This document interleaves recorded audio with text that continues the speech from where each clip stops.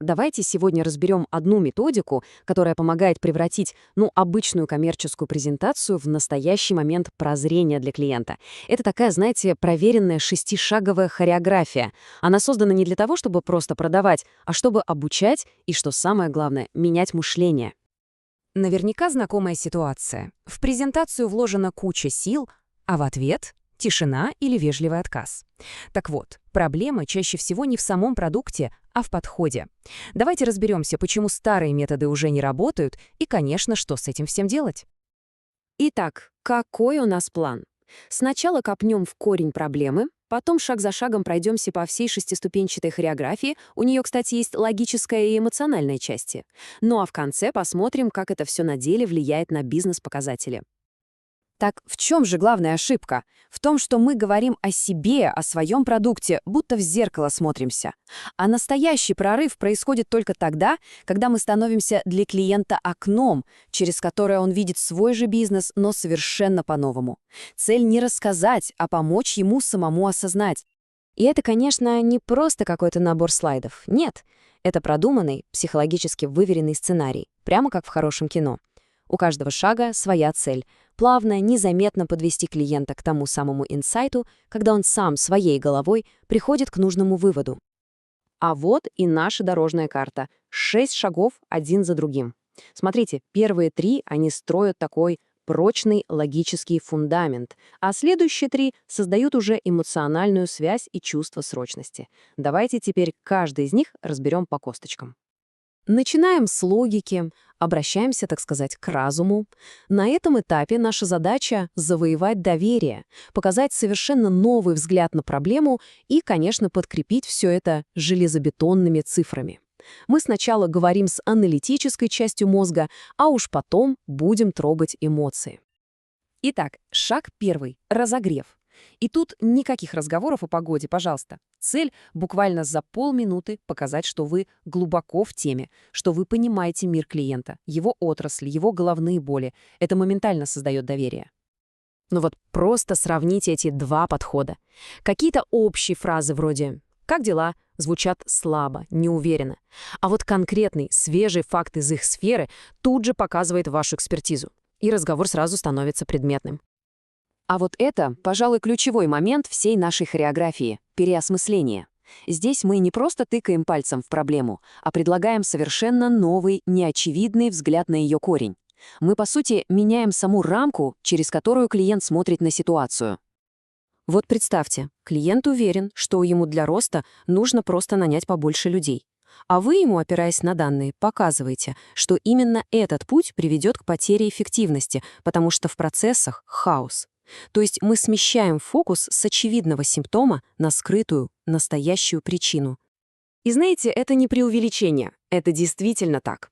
Если на этом шаге у клиента не щелкнуло в голове, если он не подумал а ведь я так на это не смотрел», то, скорее всего, вся дальнейшая презентация бесполезна. Это точка невозврата. Окей, клиент увидел проблему по-новому. Теперь нужно показать ему ее реальный масштаб. Шаг называется «рациональное утопление». Звучит жестко, да? Но суть в том, чтобы предоставить холодные, упрямые цифры. Это тот самый финансовый аргумент, который показывает, во сколько на самом деле обходится бездействие. Цифры, они ведь могут быть невероятно убедительными. Когда вот эту цену бездействия правильно посчитать и сопоставить со стоимостью решения, то возврат инвестиций может достигать каких-то ошеломляющих значений. Ну вот как здесь, 1200%. Давайте посмотрим на простой пример расчета. Складываем текущие расходы, добавляем потери от неэффективности, приплюсовываем возможные штрафы, и что мы получаем? Почти $2 миллиона в год. А теперь сравним это со стоимостью решения. Аргумент становится железным, не так ли? Итак, разум мы убедили. Теперь пора обратиться к сердцу. Следующие 3 шага нужны для того, чтобы превратить вот это логическое согласие в эмоциональную решимость действовать. И действовать не когда-нибудь потом, а прямо сейчас. Цифры — это, конечно, убедительно, но истории они трогают. На шаге эмоциональное воздействие мы переводим вот эти абстрактные миллионы долларов в живые человеческие истории. Это делает проблему осязаемой и заставляет почувствовать, что действовать нужно срочно. Вот просто сравните судьбу двух компаний. Одна решила подождать, Последовала старому убеждению и буквально заплатила за это миллионы. А другая приняла новое видение и добилась успеха. Такая простая история иллюстрирует цену бездействия намного ярче, чем любая таблица с цифрами. А вот сейчас очень важный момент. Прежде чем говорить о своем продукте, нужно получить согласие на саму стратегию решения.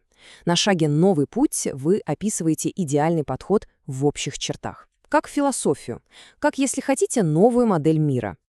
Вот здесь-то многие и спотыкаются. Самая частая ошибка — сразу прыгать к продаже своего продукта. Вместо этого нужно добиться согласия с самой идеей. Например, да, новый подход — это автоматизация. И вот когда клиент с этим согласился, ваш продукт становится для него естественным и логичным следующим шагом. И только теперь, в самом-самом конце, когда вся логическая и эмоциональная работа уже проделана, только теперь вы представляете свое решение. И это уже не холодная продажа. Это, знаете, как протянуть спасательный круг человеку, который уже понял, что тонет, и сам ищет, за что бы ухватиться. И здесь тоже важна краткость и точность. Не нужно вываливать на клиента все функции продукта. Просто свяжите решение с той самой стратегией, с которой он уже согласился. Покажите 2-3 ключевые фичи, которые делают эту стратегию реальной. Назовите цену, сроки. Все, этого более чем достаточно. Так почему же этот подход настолько эффективен? Да потому что он перестает быть просто продажей. Он становится совместным открытием, которое в итоге напрямую влияет на вполне измеримые бизнес-показатели. И это, кстати, не просто красивые слова или теория. Данные показывают, что компании, которые используют эту методику, видят совершенно реальный значительный рост и в коэффициенте выигрыша, и в среднем размере сделки. Это практика, подкрепленная статистикой. Но и в завершение главный вопрос, который стоит себе задать перед следующей встречей.